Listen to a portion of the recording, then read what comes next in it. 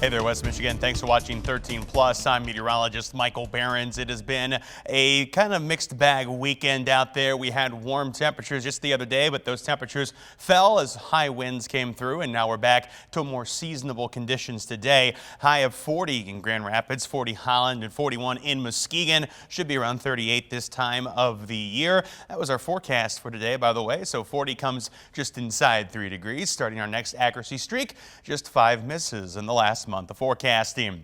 When it comes to tomorrow, look for temperatures that continue about the same. That's why 13 weather ball is lit up in green as no change foreseen, but blinking bright with some scattered lake effect rain and snow in sight. The 13 weather ball is sponsored by LaFontaine Lincoln Grand Rapids. And those temperatures this evening already falling down into the low 30s out there, down to 32 as of about 10:24 in Grand Rapids, 32 Fremont, below freezing in Big Rapids, and 34 in Muskegon. Those winds out there not nearly as breezy as they were throughout most of the day today and certainly yesterday, only around 5 to 10 miles per hour at this time, and that's where we should stay as we head through tonight. But those winds, they're coming in from the northwest. That's a cool direction. It's bringing cooler air into West Michigan. We should expect to see temperatures down into the low 30s, upper 20s as we head through tonight. We'll be back up into the mid 30s for tomorrow with clearing skies as we head toward tomorrow night. Lake effect snow chance continues tonight. Temperature down to 28. We'll be up to 36 for Monday, staying in 30s as we head into Tuesday, but getting windy again, partly cloudy for the second day of the week.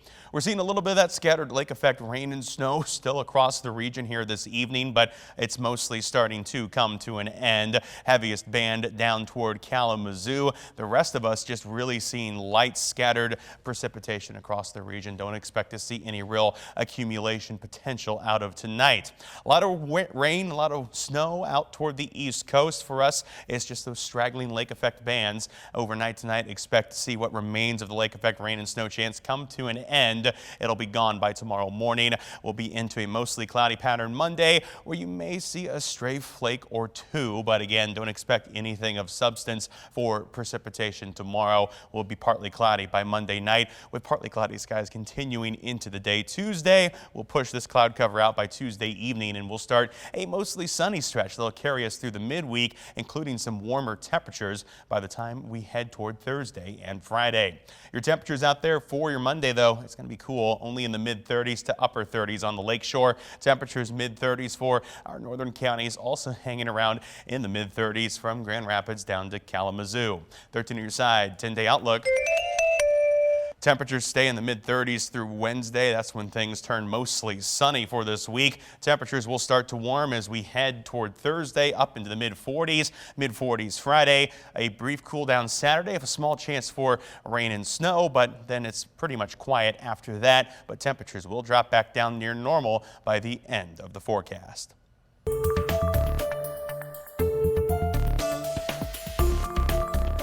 While we had some wind damage here in West Michigan Saturday, further to the south, a deadly tornado outbreak took place, leaving at least 6 people dead in central Tennessee, including a 2-year-old boy.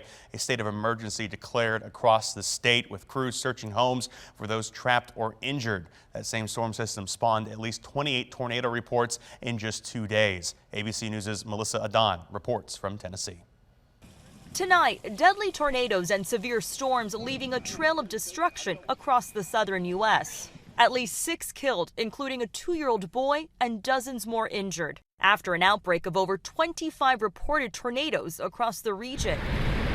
This tornado blowing through northern Nashville, damaging electrical equipment, igniting a massive explosion. Oh my God. Officials say 3 people in that same neighborhood were killed, including that 2-year-old and his mother, after the winds blew one of these mobile homes onto the other, leaving nothing but mangled wreckage. The tornado's path coming through this street, taking down power lines, hitting cars, leaving debris everywhere. Attendees of a nearby church banquet racing to take shelter inside. The church now severely damaged. The pastor there says none of the roughly 40 people inside were hurt. We get to say good morning to our loved ones again. We all walked out alive. Authorities today warning damage from the storm still poses a threat. There's still a significant risk of debris in unstable structure areas, It is critical that you exercise extreme caution when you navigate through affected areas. Tonight, more than 50 million Americans under flood threat, with the deadly system now sweeping east, bringing torrential rains and damaging winds from northern Florida to New England. Here in Tennessee, a state of emergency remains. Meantime, today, authorities sharing that the majority of the buildings destroyed here were hundreds of homes or apartments. Melissa Adon, ABC News, Clarksville, Tennessee.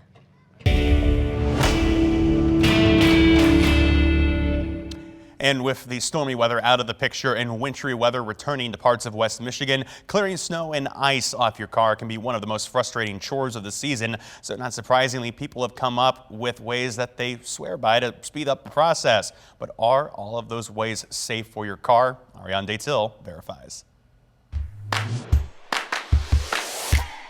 Walking outside to a car covered in ice or snow usually means putting on some gloves, pulling out your trusty ice scraper, and taking time to clear the mess, so you don't put other cars at risk, like this guy. Many people have shared at-home tricks they use to clear snow or ice from their car faster on social media.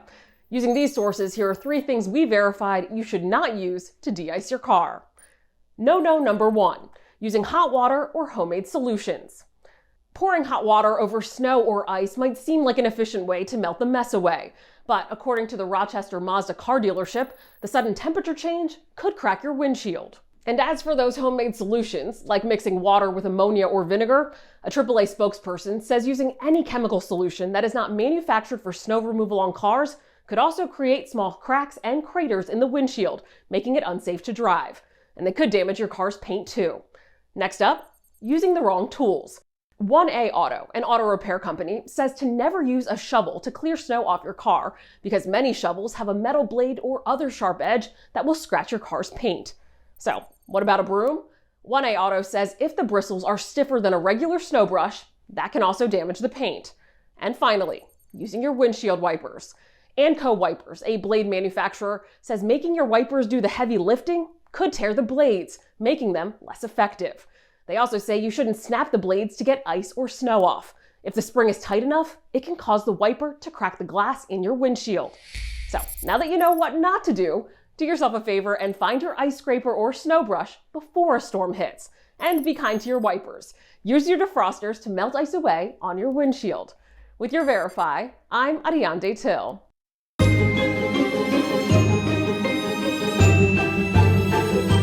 And we're almost halfway through December on that countdown to Christmas, so there's not much time left for holiday shopping. But if you're still looking, experts are warning about products marketed as eco-friendly, but they actually aren't. 13 on Your Side's Jaliko Herrick spoke with 2 local businesses about how you can shop carefully during this holiday season.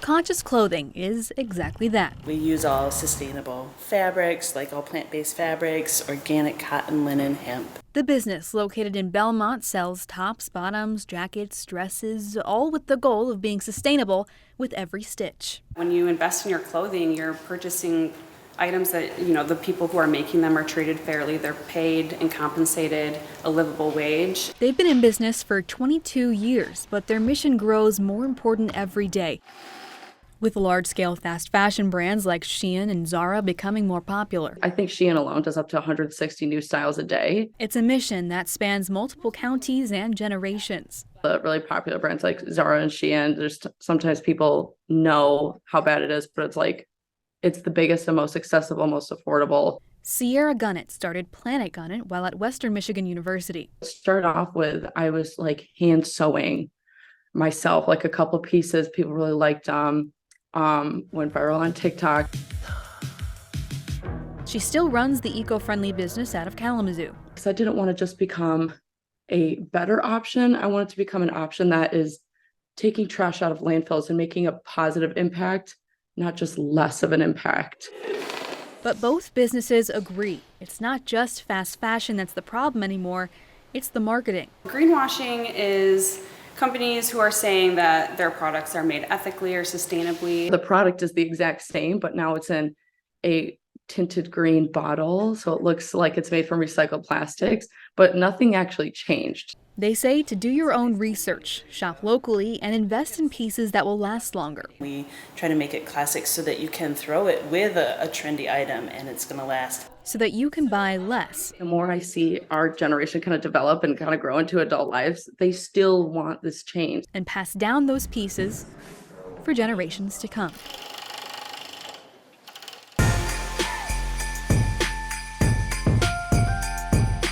Speaking of counting things down, we're counting down to the final days to donate for this year's Toys for Tots toy drive, but there's still time left to show your support. If you can help out those kids in need this holiday season, we're continuing to collect donations.